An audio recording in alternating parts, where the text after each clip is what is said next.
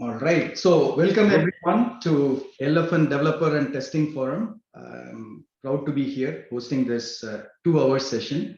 The first hour is starting now, and the second hour after an hour of completion of the session. Put together both the session, what we are going to really discuss together as a team. It's not going to be a presentation session. We do have slides, of course, to keep the session interactive. But however, we would like a lot of questions and back and forth discussions, in this particular forum, and we would really appreciate you doing that. Please feel free to unmute and share your experiences. Let's learn together and share together. As well as if you're not comfortable in speaking, unmuting and coming in the video, please feel free to type your questions or comments or suggestions in the chat. We would be monitoring the chat and we'll make sure that we will address all your questions during this session. So let's make it as an interactive session together. Like I mentioned, for the next, we plan for 2-hour session for Magma, and we're going to mainly focus on 5G. There's a couple of things that we wanted to really achieve out of this session. The first thing that we wanted achieve out of this is help you understand what are all the existing features that's available. And the second thing that we wanted to achieve is work together and see what additional features that we would probably need to have or suggestions that we should have as a community to continue to evolve the Magma towards a solution that can be adopted by operators, vendors to build their own products, system integrators, and many other out there who wants to grab the 5G opportunities that's wide open in the market right now. So having said that, I would like to officially start the first session. Welcome everyone again. Just a quick check here. I just moved the slide. You all can see my slide moving. Just Louis, a quick check here with you. You see my slide moving, right? Yes, Kader. All right, perfect. Thank you. Just a quick introduction. My name is Kader. Most of you know me. For those who do not know me, I'm a Senior Vice President, Connectivity and Industry 4.0 at Wavelabs. I'll be your host for today's event, both the hours. With me joining Suresh, he heads the engineering at Wavelabs, and Parthiban heads architect at Wavelabs. Welcome Suresh and Parthiban for joining me to host this session and present together. Thank you, Kader. So in the first 1 hour, what we are going to cover is we're going to talk about a little bit about why 5G is the major opportunity for all of us. A few tech slides just to put things in context. And then what we will talk about is we'll try to understand what is Magma, what is Magma's mission, an overview of the architecture, followed by what are all the current supported features and the call flows related to these features, and how today these features are tested and released and available in the Magma master branch. So that's going to be the focus of the first session. It's mainly focused on 5G and focused on the current features. Like I said, in our second session, later today at 10:30 EST, we're going to talk about future ongoing features as well as the future features that we as a community will come together to implement and deliver in the Magma code base. So let's get started. I'm pretty sure you all would have seen this slide a number of times from me, as well as if you have attended a number of other sessions. So the way that I like to see this slide and explain this slide is, we are in the industry 4.0 era. So what does it actually mean is the technologies that are out there allows us to do a lot of things to derive the business outcome for all the verticals and enterprises that are out there, which was simply not possible before in industry 1.0, 2.0 and 3.0 era. So there's a number of technologies like robotics, IoT, AI, and 5G, and many other that comes together to do a lot of things that are impossible to do otherwise. And if you take a step back and if you think about it, right? So what are we as a team are trying to achieve, right? So what we are trying to achieve is we are trying to build products, platforms, or solutions in a way that how we are able to bring the physical world and digital world and the human world together to achieve and solve the challenges that are out there. So all these technologies basically allows you to do that. And the one who's successful in doing that and solve the customer challenges becomes successful in the marketplace as a company, as an entrepreneur, as a startup. So the physical world is all about the hardwares that are out there. Digital world is all about how do I make a digital replica of that physical world, and how do I bring in the human characteristics such as immersive communication, cognition, human intentions, desires, coming all these together, create a fully connected intelligence products and solutions to solve the customer problem. But the point is, you can do this with number of technologies that are out there, but 5G will play a big role in this industry 4.0 ecosystem and the era that we are living in right now, right? You need to have a very high performance, scalable, low latency, high capacity network to really achieve the fully connected intelligence world, or all the solutions and products in industry 4.0 era. Now, when you look at 5G as such, right, I'm pretty sure you also have seen this slide number of times. If you look at 5G as such, the way that I look at it is, well, a lot of previous communication, mobile technology communication has provided us with number of benefits, right? Some from voice to the SMS to the internet, and the speed of the internet continuously increased, broadband increased over release after release and technology after technology. But the way that I look at it is, the earlier technologies allowed us to do a lot of business driven communications, right? Like, I was able to do better business by picking up the phone and calling rather than driving to the customer and talking to them, able to send emails, messaging, and so on. Towards the 4G, all the functionalities and the features and the performance and the throughput that was given to us at disposal helped us to achieve a lot of business critical communication, right? So for example, we were, a lot of media and entertainment businesses really benefited from 4G technology. So it's what I mean by business critical is, just to give you an example, if a process or an activity stops because of connectivity, as an example, that particular business tend to lose a lot of money, right? So that's what business critical application, communication and applications is all about.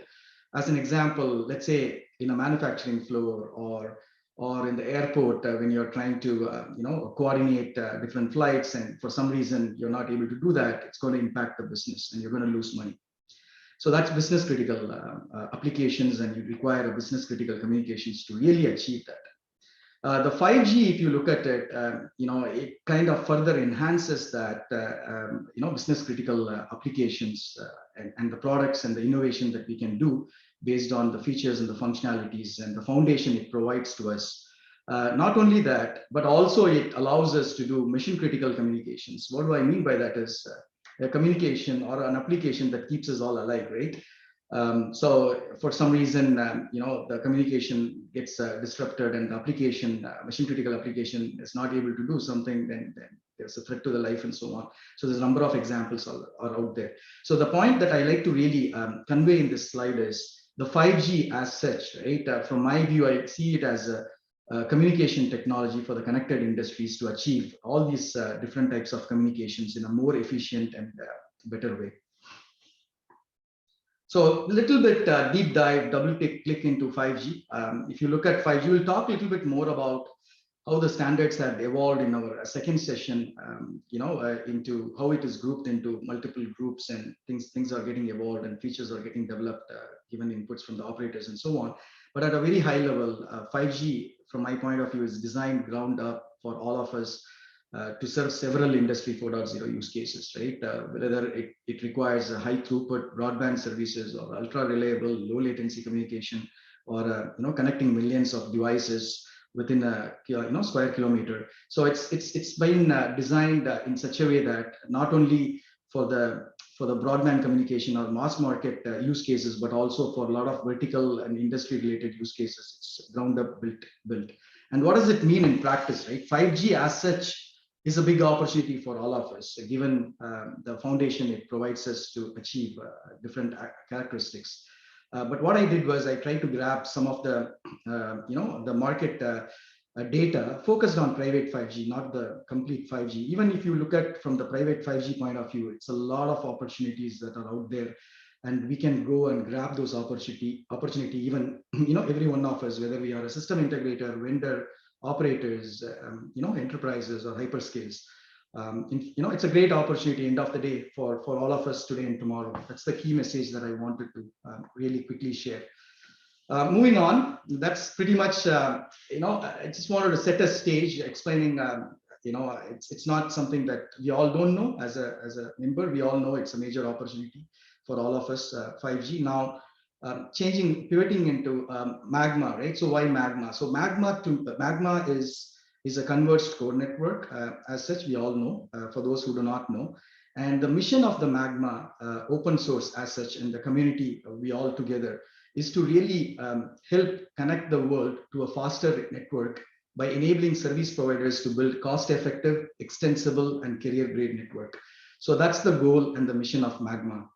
And we all members in the community try to really achieve that goal to help and advance the Magma as such, right? Magma open source. Now moving on to the next topic of our session. So here mostly we will be talking about the Magma architecture, and then we will deep dive into the current features, whatever that we have supported, and its call flow and how it is actually getting tested, right? So that's what we will be deep diving into. I'll take help from Suresh and Parthiban to go through rest of the presentation. But before I get Suresh onto the floor, let me quickly explain what is a Magma and a quick overview of Magma. We talked about all these different technologies helping us with Industry 4.0 use cases and so on. So there's a number of technologies that are out there, right, that works in coherence with 5G technology, like edge computing, to offload most of the operations towards the edge for a number of use cases. The distributed disaggregated architectures, number of different technologies, cloud, NFV, MEC, comes together and makes this 5G, a technology that can be used for all these different purposes and benefits that I talked about. Now, when you look at from the Magma point of view, Magma is an open, flexible, and scalable, converged core network that can be used for a number of use cases. For the 5G, we started building, focusing on first primarily for the fixed wireless access use case, and we started adding some of the features that can be used for private wireless network, mostly from the point of view of enhanced mobile broadband related use cases in some of the vertical industries.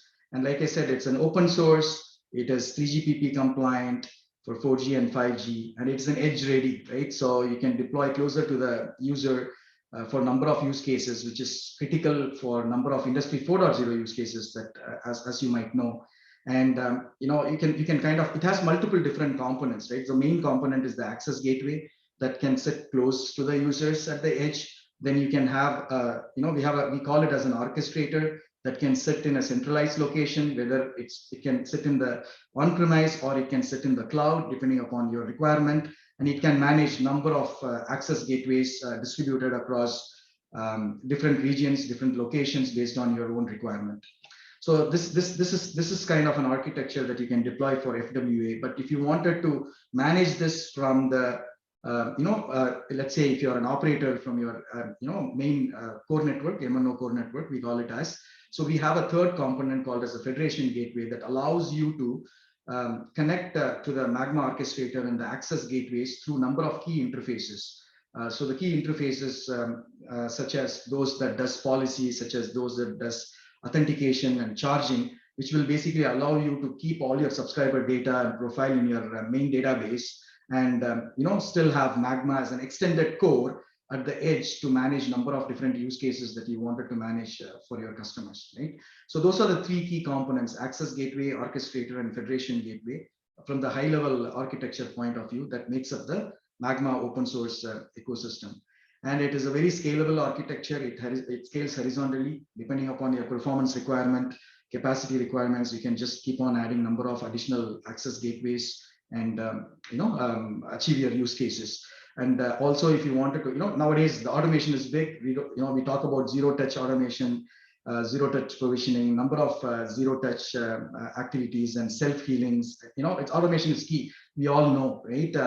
Given all these different technologies and the complexities, that's the only way we can manage the network. So the Magma provides the APIs for you to really, help from, give you help to automate the whole setup and environment depending upon your use cases into your CI/CD environment and then automation framework with AI and all those good things that it gives, right, from predictive to prescriptive and so on. So that's a quick overview of Magma. And with that, I would like to call Suresh to double click into Magma architecture and explain us with all the features that it supports from the 5G point of view. And we'll go from there, right? So I'd like to pause a minute here before Suresh takes the floor to see if there is any questions or if anyone wants to unmute and wanted to add value on top of what I have said. It's a developer and tester forum. Please feel free to do that. Share your insights and experiences. We'll be happy to listen to you. Does anyone want to kind of talk to us, please? Talk and share your experience or questions.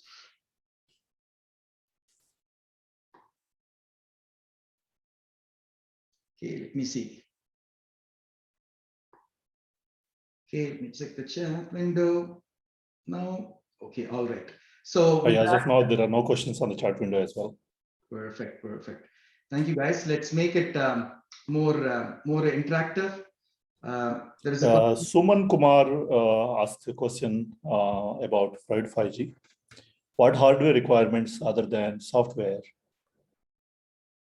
Perfect. So it depends obviously about your traffic profile and your use case, right, Suman? I would share with you the Slack invite of Magma community. Please feel free to join there, and we have Slack channels. We can help you to understand, depending upon your requirement, what hardware will help you to set up this whole use case that you're after. Thanks for asking that question, Suman. Just to give you a perspective, the A gateway, we just need like 2 cores, 4G RAM, and it can support hundreds of subscribers with hundreds of gigs of throughput. Just to give you a very high level picture, but yes, we can always talk about the details offline. Thank you very much for asking that question. I would appreciate more asking questions and make this session more interactive. Also appreciate if you wanted to unmute and show your videos and share your experiences on top of what we are discussing. We really appreciate it. So having said that, Suresh, over to you. Please take it away. Yeah, thanks, Kader. For a better control of the slides, I will try to become the host. Yeah, I have given you the host permission. Yeah. Do you want to share yourself or? Yeah, I will. Sure. So let me know if everybody can see my screen. Yeah, can you make it full screen, please? Yeah, I'm trying that.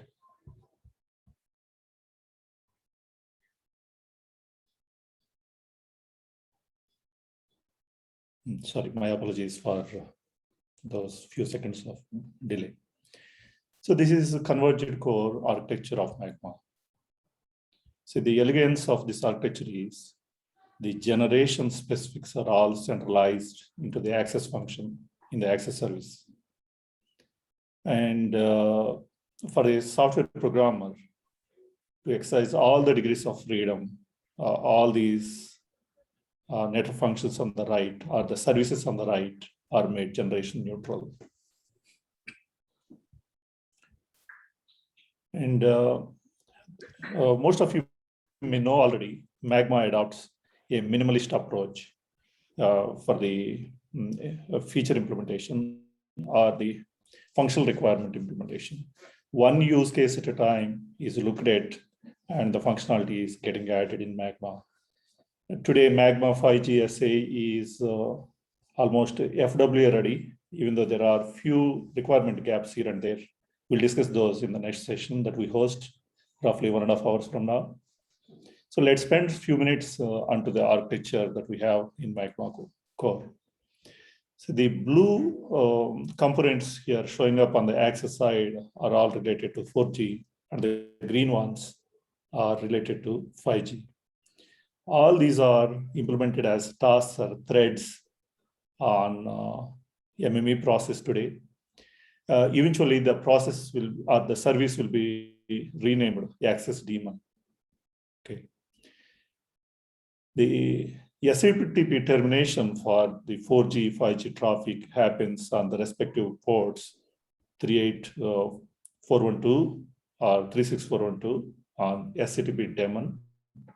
And subsequently, it's all gRPC calls to propagate the uplink, downlink traffic onto the core network and from the core network onto the radio nodes. And between the access daemon and the session daemon, it is all set operations designed in case of 5GSA to propagate the level trigger operations. In some sense, they are a deviation from 3GPP because these are level triggered operations. They bring in efficiency compared to the edge triggered operations that are showing up in the 3GPP specs. 3GPP specs talk about the REST API calls, whereas in Magma, we adopted gRPC calls. Okay. So Session D implements the SMF functionality of 5G core architecture. And as such, it is an object-oriented implementation. A session object is extensible. The same service can support non-3GPP sessions, means the Wi-Fi sessions, and 4G sessions as well as 5G sessions. And the subscriber DB is the equivalent of the HSS of 4G, and it is equivalent of AUSF and UDM of 5G. Pipeline D is another service. It is the one that programs the rules onto the fast path. Between session D and pipeline D, as per the 3GPP specs, we are supposed to have N4 interface, whereas in Magma, we adopted level triggers. Again, it is set operations. And the gRPC interface allows you to disaggregate, and in case tomorrow you want to host this session daemon on either public cloud or somewhere in the data center of the operator and want to put pipeline D and OVS, means this whole thing, pipeline D and OVS together is what we call UPF. Close to the radio node, means GNB, or any level of disaggregation you want to have, you can flexibly achieve that. So the service-based architectural principles of 3GPP are complied with, and you can disaggregate the network functions. Mobility D is another administrative service available. This supports mobility of the UE. Basically, it assigns IPv4, V6 addresses to the UE sessions in both 4G and 5G. And eNodeB daemon configures eNodeB of 4G or TR69 interface if the eNodeB is an unmanaged one. Okay. And Magma D is an administrative process. It makes sure that all the services or processes are up and running, and it makes sure the restartable process are restarted in a given context, and it makes sure that processes are launched, the services are launched in the right sequence. Policy DB is the one that is responsible for 4G and 5G policy enforcement. And as such, the approach we adopt is on the Magma Orchestrator. It has got a user interface. That's what we call NMS. We can assign static policies, and the policy is sunk into the policy DB. And these policies are enforced on the sessions so that the guaranteed QAS and session AMBR are enforced on the fast path. And DPI also is built in and is now available in 4G as such in 5G. The deep packet inspection is not yet available, whereas DPI is quite useful for fixed wireless access services. So for that reason, there is a plan to add deep packet inspection on Magma sometime soon. So that is about the access gateway part of the Magma. And on the northbound, we have the Magma Orchestrator. The Magma Orchestrator holds the data related to the tenants of the operator in a MySQL database and provides a gRPC interface southbound towards the AGW. And again, Magma Orchestrator interfaces with the federation gateway for all the federated systems that are there on the MNO core, mobile network operator core. Say all those systems that are there on the GXGY, SXA interfaces. So again, for that, the gRPC interface are used. Any questions on this diagram? This is a high-level view into the Magma architecture. Moving on to the next slide. The Magma architectural principles is something that many of the developers are interested to know, because Magma architecture adopts systems approach to access networks. The elegance comes from the new age systems development paradigm. The slogan we have inside the development community is allow for failures. It means we need to adopt a definitive architectural approach. See, the traditional means if you look into a few years into the past, you see scale-up devices available. Well, the moment you say scale-up devices, you deploy large capacity, and it means large fault domains. Whereas the Magma architectural principle is scale out. The hyperscales that have evolved the maturity in the web world are bringing similar maturity into the telecom systems as well. The architectural approach is support scale out. When you think about scale out, as Kadir has indicated a few minutes ago, each appliance that deploys Magma will have few cores, roughly 2 to 4 cores and 4 GB RAM, the kind of tiny boxes we have. And the fault domains are smaller. And software upgrade domains also are smaller. So with that, the associate design slogan we have is simplify failure semantics. While you think about simplification of failure semantics, the minimalist you need to think about is state has to be aligned with fault domain. So look at this diagram. Say on the edge host machine that hosts 2 instances of AGW need to have the state of the UEs that one of these AGWs is supporting. The state is to be aligned with the fault domain. And state lines up with edge user plane local breakout. Also, you need to ensure desired state is realized through edge control plane. The Kubernetes control plane has to make sure that desired state is realized. So that is about the failure semantic simplification. And then what is the approach we adopt in Magma to support recovery semantics? The interfaces, the ones that we have already discussed in the previous slide, can you see here on the rightmost, the level triggers, right? The interface are level trigger, and then propagate the control plane state through gRPC calls, and it simplifies recovery. So why we talk through these 3 design slogans?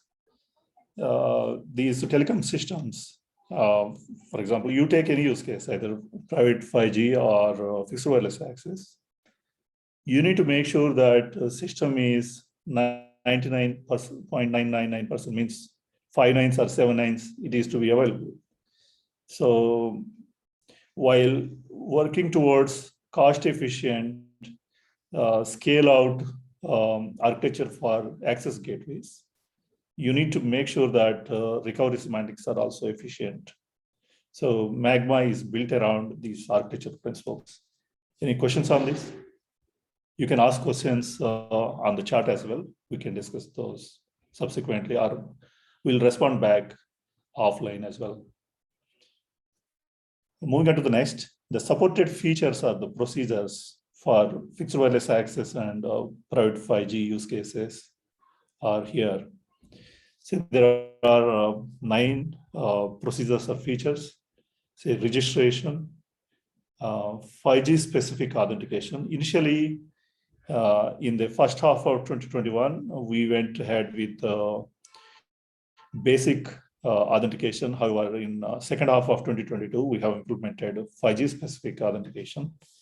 And then PDU session establishment, idle mode and paging, then service request support, and then session release and deregistration.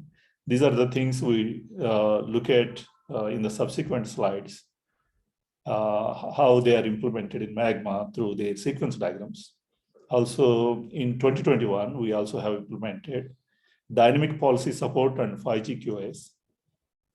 And for any operator to support the services, they need usage reporting and charging. For that reason, we also had added this part. In addition to this, we also have some ongoing features we'll talk through in the next presentation. In this presentation, let's go through these 9 areas.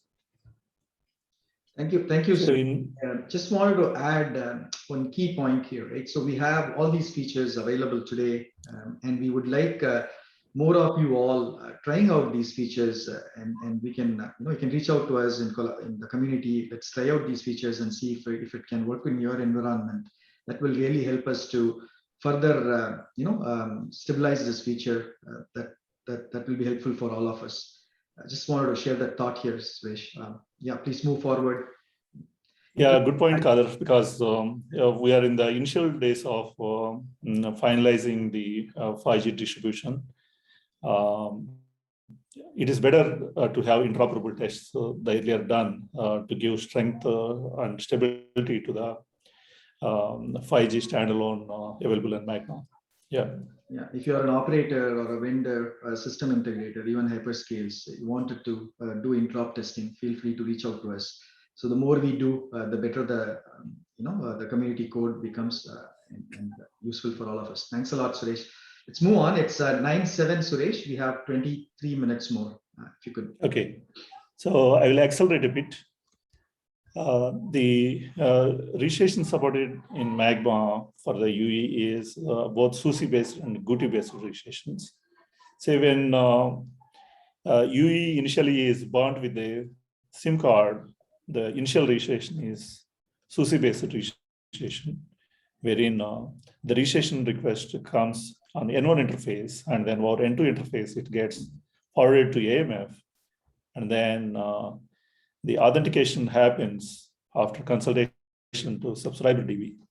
And in this process, XRES is computed, and the authentication request, which is authentication procedure downlink, is sent to UE, and the authentication response comes uplink to AMF, and then followed by that to the security mode procedure, right? After security mode procedure is complete, then initial context setup request onto the RAN node goes along with the registration accept message, and the radio node sends initial context setup response, and for the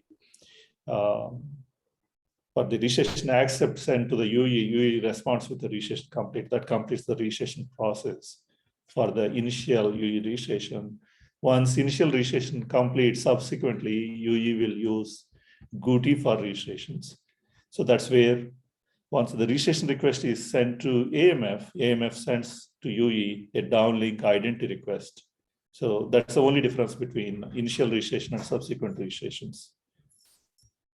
And then the 5G specific authentication procedure has SID of the subscription identification deconcealing function that uses the home network private key to deconceal or decrypt the SUSI. And then once the decrypted SUSI is given to AMF, it follows through the rest of the process.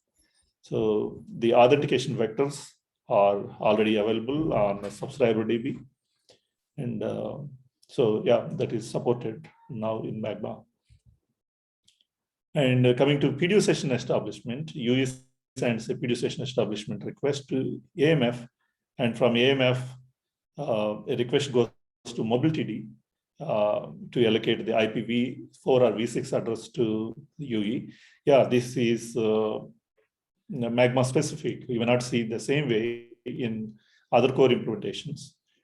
And once MobileTD asynchronously assigns IP address to the UE, then update location request goes to subscriber DB, and then AMF asks session D to set up the context.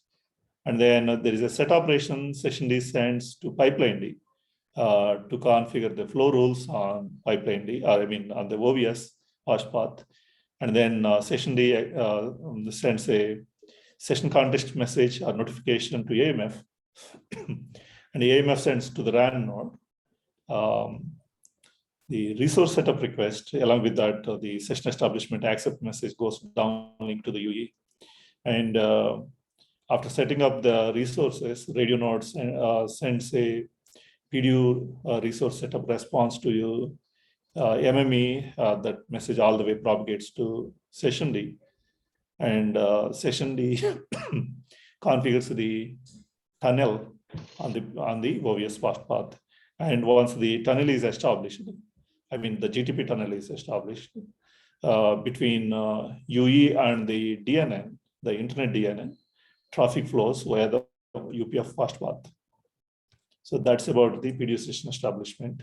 Thanks. So this is one of the important thing to note here is, Suresh, if you go back, right?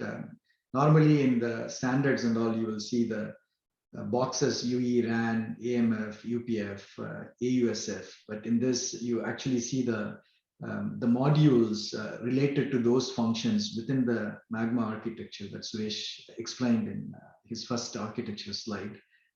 So just that's the difference. So the way that we wanted to put it like this for this particular session is it's mostly a developer and tester session. We want to really have the feel of the architecture and how the flows that goes between the different modules and services within the architecture is what we wanted to really show here. That's the key difference. And also some of the things like what Suresh mentioned, the flows, the messages goes between some of the service functions that's not available in the standards is also shown here for the sake of developers who wants to run this so they can kind of understand how all these different services talks to each other and test it out in their labs. That's the intent here.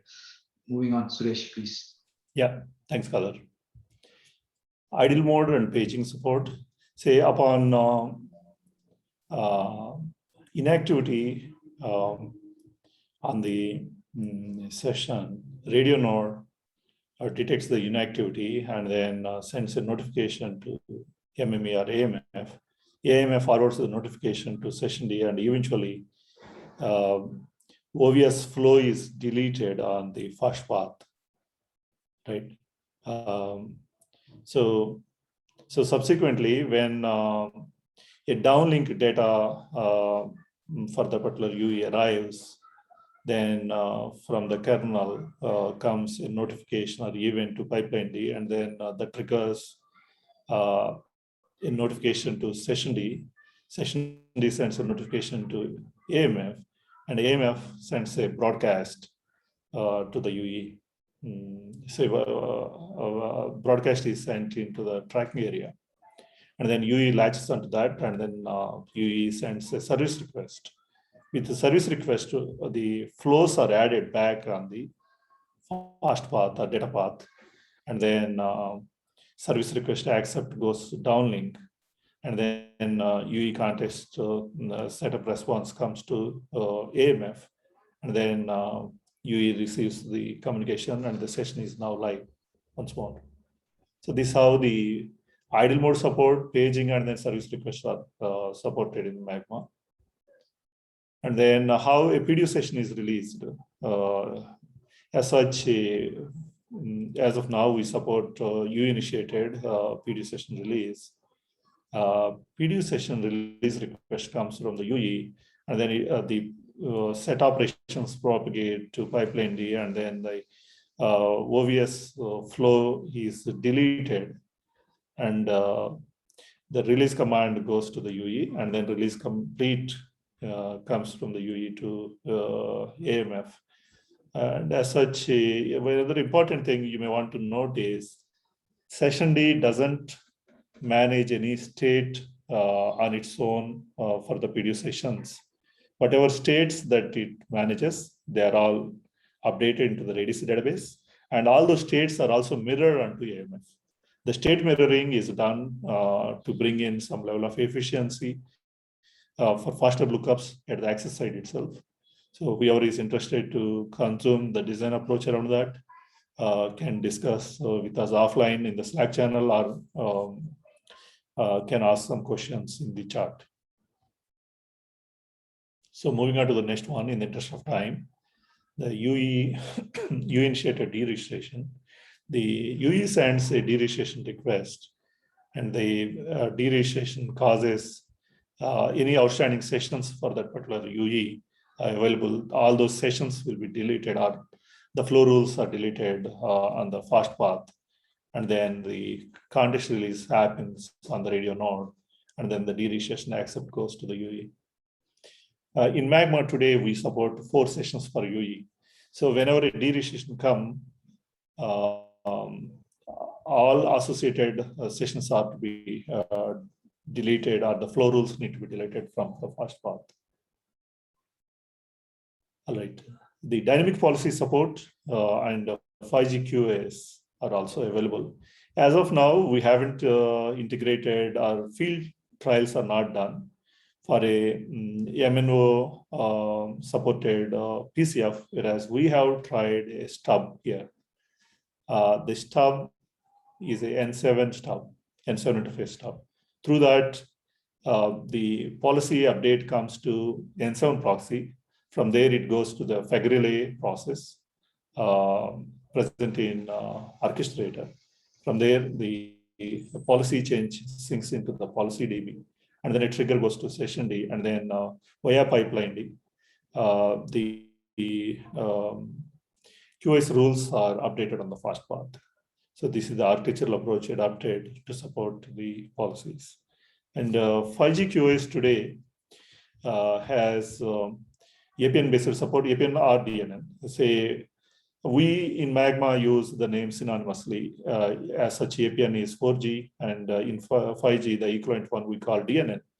Currently, it is the APN or DNN based, and there is a plan to implement slice-specific support. Once we do that, in future, the QACS is based on the slice or per slice QACS support.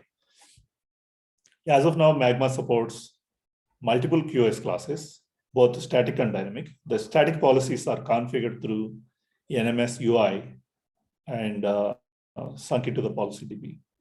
And the session AMBR has the uplink and downlink maximum allowed bitrate configured here, and that is showing up here. Say GBR and non-GBR QACS flows are supported.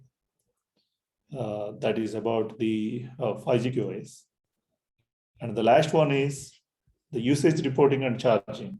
Basically, from OVS flow tables, the periodic updates come to session D, and from session D, the updates goes to orchestrator, and from orchestrator, the data goes to the monitoring interface.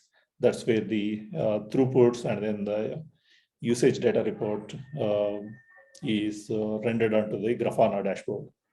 And these reports also can be consumed for any charging purpose on the service provider environment. So with that, I stop on the features, and then because this is a developer and tester forum, I want to give a little bit of info on what is available today on the Magma master branch in GitHub. Somewhere in the GitHub Magma tree master, when you go in the LTE path, you'll see AMF folder. That's where all the AMF functionality is available today. And NAS 5G is a library that support NAS encode decode of the information elements related to 5G. And NGAP is another task available in Magma. This folder has code related to all the N2 procedure terminations. And the session manager here has all the code for session daemon or the 5G equivalent SMF. And pipeline D has all the code related to the UPF controller or not UPF northbound. UPF in itself is the OVS today for us. So this is high-level info about the GitHub. So it's an appeal to everyone here, whoever are the developers enthusiastic, want to contribute to Magma, join us and contribute there on GitHub, github.com/magma. So in the interest of time, I pass on the control to Parthiban. Thank you very much, Suresh. Wow, wonderful presentation. I'm pretty sure that developers in this call have understood the current features that are supported, as well as where it is available, how you can join and contribute, contribute to further advance the community and the roadmap that we wanted to implement together to advance the Magma for 5G related activities. I know that we are just 8-9 minutes away. I wanted to also do justice for the testers. I think it's fair that I push the testing related session, how we test, how we have tested and planning to test and future testing related activities to our next session that starts around 10:30 EST, right? So, I just want to kind of open the floor here. If anyone wants to have or share any questions, I would really appreciate it. I'm going to skip this slide, which we will cover it in our next session regarding the testing. So I just wanted to kind of stop here. And I know that Louis posted in the chat the way, for you all to join the Slack channel. So we have a Slack channel for Magma, and you can join the Slack channel, and there is support for 5G support channel in the Slack. You can always come there and you can find a lot of videos how you can install in your lab, test it in your lab, and if you want any support, please do reach out to us. What's more important is, we have what it requires, right? We need more engagements with every one of you to see, to do interop and make it work, right? So that's critical for the success of the community. So I sincerely invite you to join the Magma community Slack and try out what we have, and work together to advance the adoption of the Magma. And the second good thing is, like Suresh mentioned, there are like 3 components from the architecture point of view, right? So you have an orchestrator, then you have a gateway, then you have a federation gateway. Now the federation gateway is required when you wanted to integrate with your the central core network, let me put it that way. But if you want an isolated network, you can just use the orchestrator and the A gateway, right? So now orchestrator can be installed on premise as well as installed in the public cloud. And I can tell you that we have orchestrator available free for the community who wants to just install the A gateway, get connected to the orchestrator to do your testing in the lab. Feel free to leverage that availability and take advantage of that. Okay, I'll pause here for any other questions anyone else may have. Let me check if there is any questions in the chat.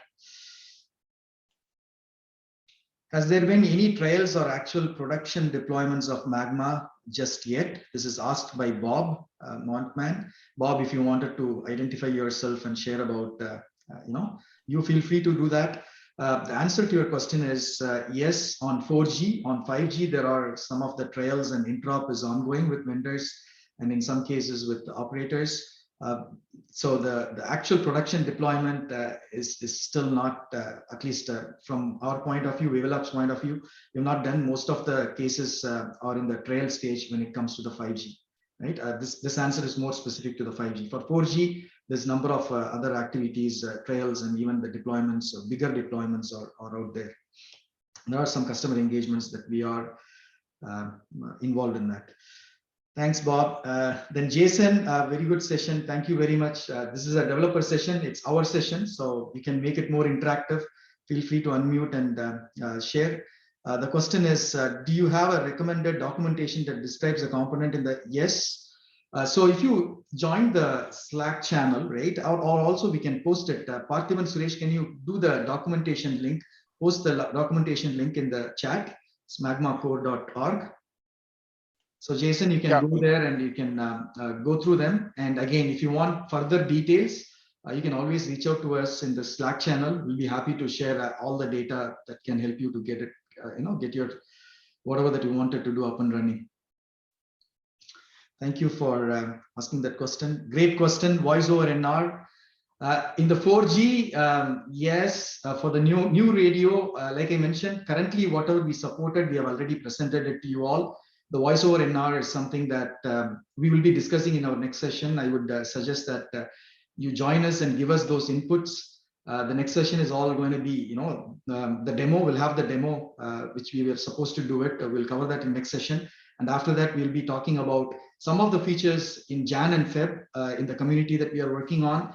And also we will share some of the gaps that we have in our feature list, and wanted to kind of open the floor, ask you guys question and contribution towards, based on your experience, what is important for us to prioritize and implement that could help with your use cases. So from that point of view, Mauricio, voice over NR is not supported, but I would like you to be present in our next session and tell us, unmute and tell us why you need this, what is the use case that you're working on. That's what we really wanted to hear from you, Mauricio. I hope that I'm pronouncing your name right. Apologies if I'm not. Okay, moving on, 3-4 minutes more. Just a quick closure of this. There's a number of companies like us, Wavelabs, are the implementation partners and technology partners, and we work together, and we are very committed to Magma community to help in advance the adoption of the Magma 5G. And I also sincerely request, if you are as an individual or, you can recommend your company to join our, Magma Core Foundation and contribute towards the advancement of Magma 5G. That's the kind request to you all. And finally, just from the Wavelabs point of view, what we basically do is we contribute, the code base and everything into the Magma open source, and we help, whether it is equipment vendors, service providers, hyperscales, to really adopt the Magma as much as they can, so we can all grow together and take a pie of the major opportunity that we have today and tomorrow, like I presented in the initial slides when I started this session. So with that, I would like to stop here for any further Q&A. I'm just looking at it here. Jason, thank you. Thanks a lot for joining. And I'm looking forward every one of you to join our next session. That's going to happen in an hour. It's going to be a very interesting one, more interactive than this. We can put our brains together to really see, we know now in this session what we support, what is not supported. And in the next session, we will know what are the features that we are working on in Jan and Feb. And that will allow you to give us more inputs on what are all the additional features that you would like to see in this Magma and why, right? That's more important. And you can do that in the session. If you're not comfortable, you can always reach out to me and any one of the presenters that we have here. Oops, sorry about that. Just a minute. Okay, any one of the presenters here, and you have our coordinates, mine kader@wavelabs.ai. Send it to us by email or reach out to us in the Magma Slack channel.